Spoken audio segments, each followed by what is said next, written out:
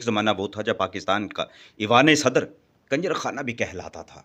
बहुत सारे लोगों को बड़ी ये बात मायूब लगेगी, लेकिन जिन्होंने अबूदुर्रहमान कमीशन पढ़ रखा है और बहुत सारी तारीखी किताबों के अंदर भी इस बात का ज़िक्र मौजूद है।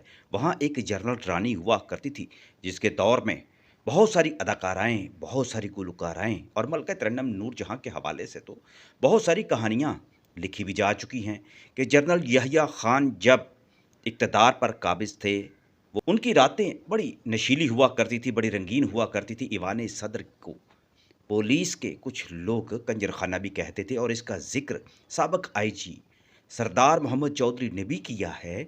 वो जब हमारे पास नवाए वक़्त आया करते थे, यानी सरदार मोहम्मद चौधरी साहब अपने रिटायरमेंट के बाद कॉलम भी लिखा करते थे, नवाए वक़्त में आया करते थे।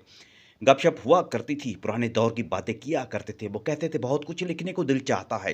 ये जितने भी आपको गुलकार या अदाकार नज़र आते हैं, सबकी कोई ना कोई ऐसी कहानियाँ हैं जिनका मैं खुद गवाह हूँ और जिनको ज़मानत पर फिर मैं छोड़ा भी करता था। और हमूदुर्रहमान कमीशन के अंदर तो ऐसी-ऐसी बेगमात का ज़िक्र भी है जो जनरल रानी के तवस्सुत से वहाँ जाया करती थी, जनरल यहया की रातों को रंगीन बनाया करती थीं। उनके दौर का एक वाक़या आपको मैं सुनाने लगा हूँ, जो फ़िरदौस बेगम के साथ पेश आया था। और ये वो दौर था, किसी भी अदाकारा को या गुलकारा को जब ईवान सदर से बुलावा आता था, तो इनकार बहुत मुश्किल हो जाया करता था। हाँ, जिसके साइन तगड़े होते थे, वो बच जाया करती थी। 1969 में फ़िरदौस बेगम की एक फ़िल्म हबीब साहब के साथ रिलीज़ हुई थी, जानवीर। उसका एक गाना बड़ा मशहूर हुआ था, छल्ला दे जा निशानी। यहया खान भी सुनना चाहते थे और उनकी रातें तो रंगीन हुआ करती थी। कहते थे कि हर रात उनकी महफ़िल निशात हुआ करती थी और वो गाने सुने बगैर सोया नहीं करते थे। और ये इक़्तिदार में आए हुए अभी जनरल याहिया को सिर्फ़ 1 डेढ़ महीना हुआ था जब ये फ़िल्म रिलीज़ हुई थी और इसके गाने का कोहराम मच गया था। महफ़िलों के अंदर ये गाना गाया जाने लगा था और जनरल रानी को हुक्म हो गया कि फ़िरदौस बेगम को हाज़िर किया जाए, जिन्होंने इस गाने पर परफ़ॉर्म किया है। ये गाना नसीम बेगम ने गाया था और पहले तो गुमान उनको यही हुआ कि नूरजहाँ ने गाया है।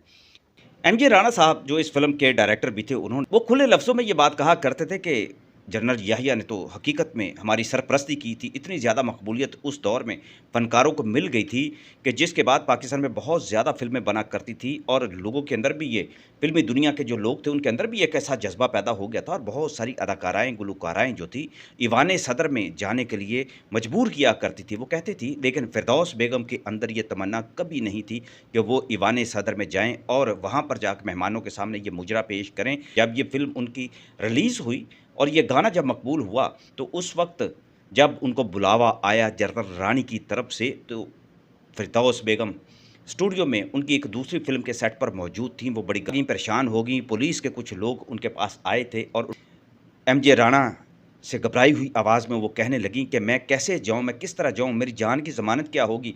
क्या मैं ज़िंदा सलामत वापस आ जाऊँगी? क्या रात को ही मुझे वापस आने देंगी?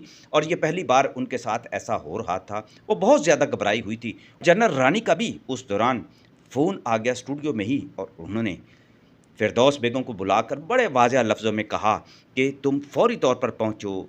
सदर पाकिस्तान याहिया खान को नींद नहीं आ रही। जब तक वो तुम्हारा ये गाना नहीं सुनेंगे, उन्हें नींद नहीं आएगी। सदर पाकिस्तान का रात को सोना बड़ा ज़रूरी होता है। उन्होंने जब जनरल रानी से बात करने की कोशिश की कि ऐसा हो सकता है फिर किसी और दिन आ जाऊँ, लेकिन जनरल रानी ने बड़े वाज़ेह लफ्ज़ों में कहा कि अगर फ़िल्मी दुनिया में तुमने आगे चलना है, रहना है और चाहती हो कि बड़े वक़ार के साथ, इज़्ज़त के साथ तुम राज करो पाकिस्तान की फ़िल्म इंडस्ट्री पर, तो चली आओ, एयरपोर्ट पर जहाज़ खड़ा है। और फ़िरदौस बेगम को फिर उसी रात, उसी अपने फ़िल्मी ड्रेस के अंदर ईवान सदर में जाना पड़ा था और ये गाना जाकर वहाँ मुजरा की सूरत में पेश करना पड़ा था। सदर पाकिस्तान को सुलाना पड़ा था, तब जाके उन्हें नींद आई थी ये गाना सुनने के बाद। ये पाकिस्तान की वो तारीख़ दास्तान है, जो किताबों के अंदर रकम है कि पाकिस्तान का एक ऐसा अय्याश तरीन सदर मौजूद था, जिसने अपनी रातों को रंगीन करने के लिए और सदर पाकिस्तान को इस तरफ राग़िब करने के लिए बहुत सारी ताकतवर ख़वातीन वहाँ मौजूद हुआ करती थी। उसके बाद पाकिस्तान का क्या नक्शा बना, ये सबको पता है, लेकिन ये बात वहाँ रुकी नहीं।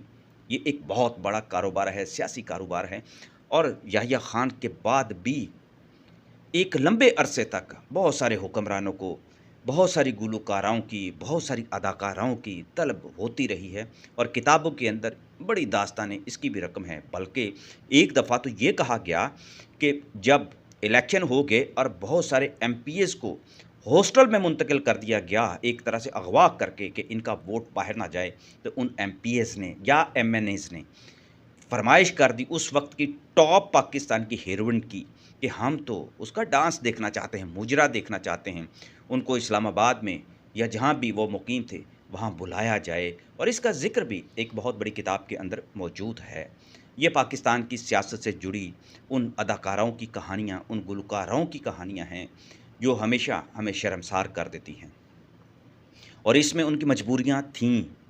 जो अदाकारा इनकार करती थी, जो गुलकारा वहाँ जाने से इनकार करती थी, फिर उसका करियर तबाह हो जाया करता था।